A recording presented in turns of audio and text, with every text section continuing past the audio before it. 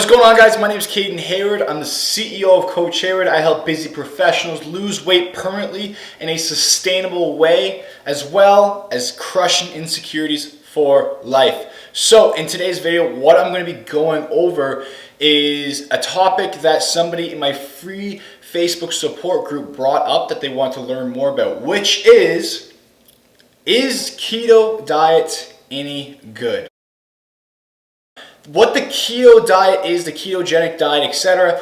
What that is a low carb, higher fat, higher protein diet approach. So, first and foremost, when we look at this, low carb, so something that could possibly go wrong, some people with their insulin levels, etc., they may want to avoid the low carb diet because that means you're probably getting less sugars, so stuff with your blood pressure, etc., might be a little up and down, and it might not be the best for you if you have some insulin problems, etc. Now, it also could involve getting some deficiencies, because you're not having as many carbs, so you could be lacking in some minerals, etc.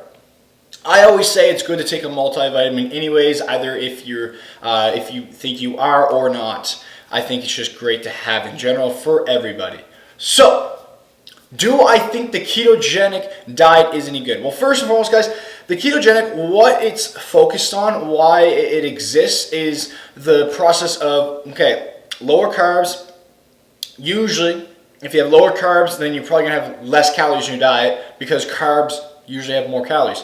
But 1 gram of fat is actually 9 calories itself, and you're actually having a higher fat intake in this diet. So here's what I think. I think, the idea behind having less amount of carbs is great, but amping up the fat so your body is forced to burn fat rather than carbs for its main source of energy. There's a slight problem there, because if your protein intake is not high enough and you only focus on lowering the carbs and raising the fat, then what's going to happen is that your body's going to be forced to burn through the fat, yes, but also the muscle as well. So if your protein intake is not high enough, then it's not going to be so good for you. Now, moving forward though, in the end, I personally don't think the keto diet is the best because I don't think it's sustainable. I don't think that it's something that someone will aim to focus on for the rest of their lives. I think it's a short-term alternative. What I mean by that is that it's something that you can follow for maybe 3 months, maybe 4 months possibly, but it's unable to keep it up for the long term. Okay?